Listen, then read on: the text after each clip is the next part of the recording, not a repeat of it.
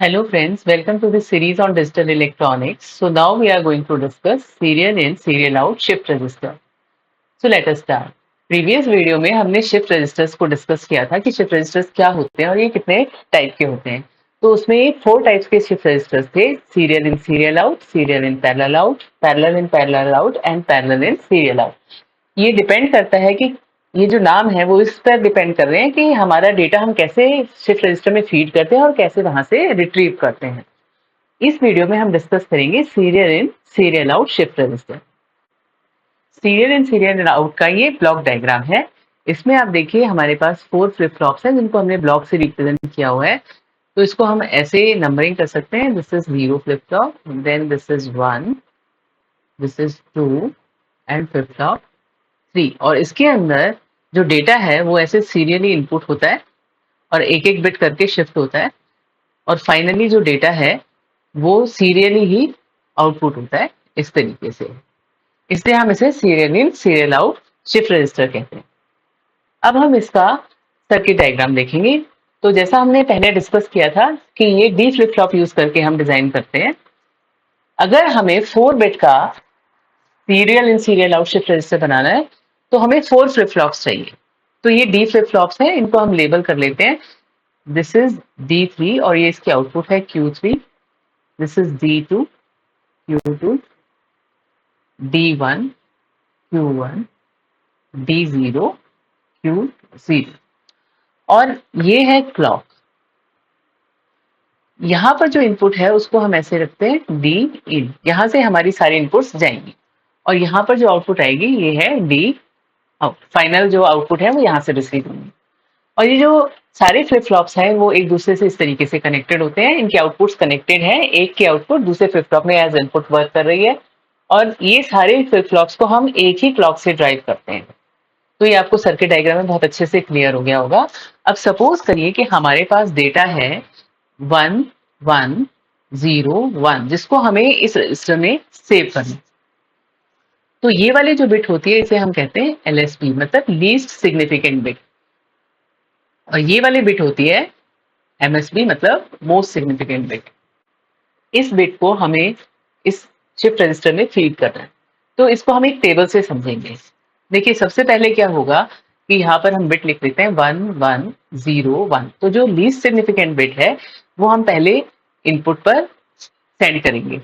तो क्या है कि अगर आप इसकी क्लॉक को देखें, ये जो क्लॉक का सिंबल है ना, इस तरीके से जो हमने क्लॉक को बनाया है, इसका मतलब ये नेगेटिव एज ट्रिगर्ड है। और अगर ये इस तरीके से होता तो ये पॉजिटिव एज ट्रिगर्ड होती।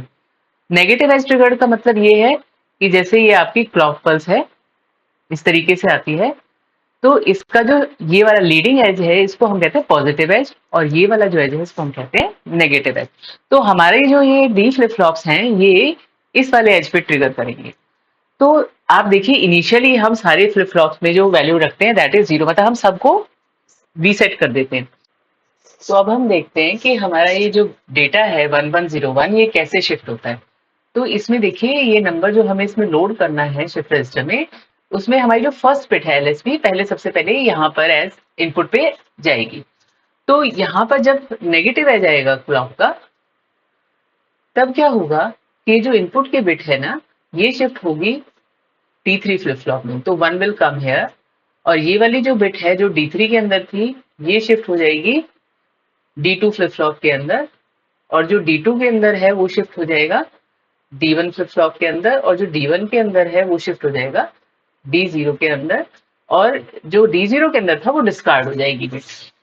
फिर जब नेक्स्ट नेगेटिव आ जाएगा तो जो हमारी सेकंड बिट है यहाँ पर इस नंबर के that will go to D। तो फिर क्या होगा कि जो हमारा 0 है इनपुट के अंदर that will be shifted to D3 flip flop like this. D3 वाली बिट जो है that will be shifted to D2 flip flop. D2 वाली फ्लिप फ्लॉप जो है that will be bit that will be shifted to D1 flip flop, और D1 flip flop की bit यहाँ पर शिफ्ट होगी, और जो D0 के अंदर थी वो डिस्कार्ड हो जाएगी। अगेन जब हमारी थर्ड नेगेटिव क्लॉक आ जाएगा तो फिर उसमें फिर यही प्रोसेस रिपीट होगा। जो इनपुट है ये वाली बिट है जो आपकी this one will be loaded, ये D इन की इसके अंदर जा रही है। तो फिर ये जो है D3 फ्लिप फ्लॉप के अंदर लोड हो जाएगी। D3 फ्लिप फ्लॉप का data again will be shifted to D2, D2 will be shifted to D1, D1 will be shifted to D, और फिर हमारी जो फोर्थ क्लॉक पल्स होगी उसका जो नेगेटिव एज आएगा उसमें हमारी फोर्थ बिट, दिस वन, ये जो हमारी फोर्थ बिट है ये डी इन में जाएगी, और फिर ये भी ऐसे ही शिफ्ट होगा। This will shift here one, D3 flip flop की बिट D2 फ्लिप फ्लॉप में, D2 फ्लिप फ्लॉप की बिट D1 फ्लिप फ्लॉप में, और D1 फ्लिप फ्लॉप की बिट D0 फ्लिप फ्लॉप में। तो आप देखिए इस तरीके से हमारा जो डेटा है वो पूरा लोड हो गया है। Q3 भी है 1 1 0 1, ये हमारी बिट्स अवेलेबल हैं। अब अगर आपको इस डेटा को रिट्रीव करना है तो देखिए 4 क्लॉक पल्सेस इसको लोड करने में लगी हैं, तो 3 क्लॉक पल्सेस को रिट्रीव करने के अंदर लगेंगी। अब इस टेबल की हेल्प से हम टाइमिंग डायग्राम ड्रॉ करेंगे। देखिए ये जो है हमारा, दिस इज क्लॉक पल्स, और ये जो है फर्स्ट पल्स, जैसे ये फर्स्ट, सेकेंड, थर्ड, फोर्थ, और इसकी जो नेगेटिव एज है वो ये वाले हैं जिस पर हमारा फ्लिप फ्लॉप अपनी स्टेट चेंज करेगा। So these are negative edges जहां हमने एरो मार्क किया है, और इसके अंदर हम 5 चीजों को प्लॉट करेंगे। एक तो इनपुट है और बाकी जो 4 आउटपुट्स हैं 4 डी फ्लिप फ्लॉप्स की। तो इसमें देखिए पहली चीज ये ध्यान रखनी होती है कि हमारा जो इनपुट है, जिस नंबर को हम फीड करना चाह रहे हैं, दैट इज 1 1 0 1, जिसमें ये है LSB and this is MSB। तो सबसे पहले हम LSB को देते हैं। तो क्या होता है कि इनपुट के अंदर हमारा जो बिट है वो अवेलेबल होना चाहिए नेगेटिव क्लॉक पल्स के आने से पहले। जैसे फर्स्ट क्लॉक पल्स का जो नेगेटिव एज है इसके आने से पहले डी इनपुट पर ये अवेलेबल होना चाहिए ऐसे 1 bit, this should be available. अब क्या होगा, जैसे ये नेगेटिव एज आएगा तो Q3 जो है वो 1 हो जाएगा, Q3 बिकम्स 1, और वो कब तक 1 रहेगा, जब तक कि नेक्स्ट नेगेटिव एज आता है। और ऐसे ही जो Q2 है, आप इसको टेबल से मैच कर सकते हैं। Q3 देखिए, पहला जो क्लॉक का नेगेटिव एज आया तो इनपुट 1 थी, वो Q1 में शिफ्ट, Q3 में शिफ्ट हुई लाइक दिस, और उसके बाद ये जो है Q2, इसके अंदर 0 शिफ्ट हुआ। सो Q2 जो था उसमें 0 था तो वो 0 ही चल रहा है अभी, like this. Then Q1 is again 0, तो Q1 भी ऐसे ही 0 रहेगा,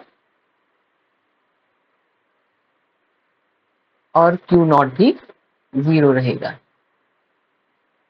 अब जैसे ही हमारा नेगेटिव एज सेकेंड पल्स का आता है तो जो हमारा इनपुट है वो हो जाना चाहिए 0। सो दिस इज 0 जो अवेलेबल होना चाहिए बिफोर द नेगेटिव एज, तो यहाँ पर जाके दिस शुड बिकम 0। अब जब सेकेंड क्लॉक एज आना है तो उससे पहले डी इन 0 हो जाना चाहिए, तो ये डी इन हम 0 कर देते हैं।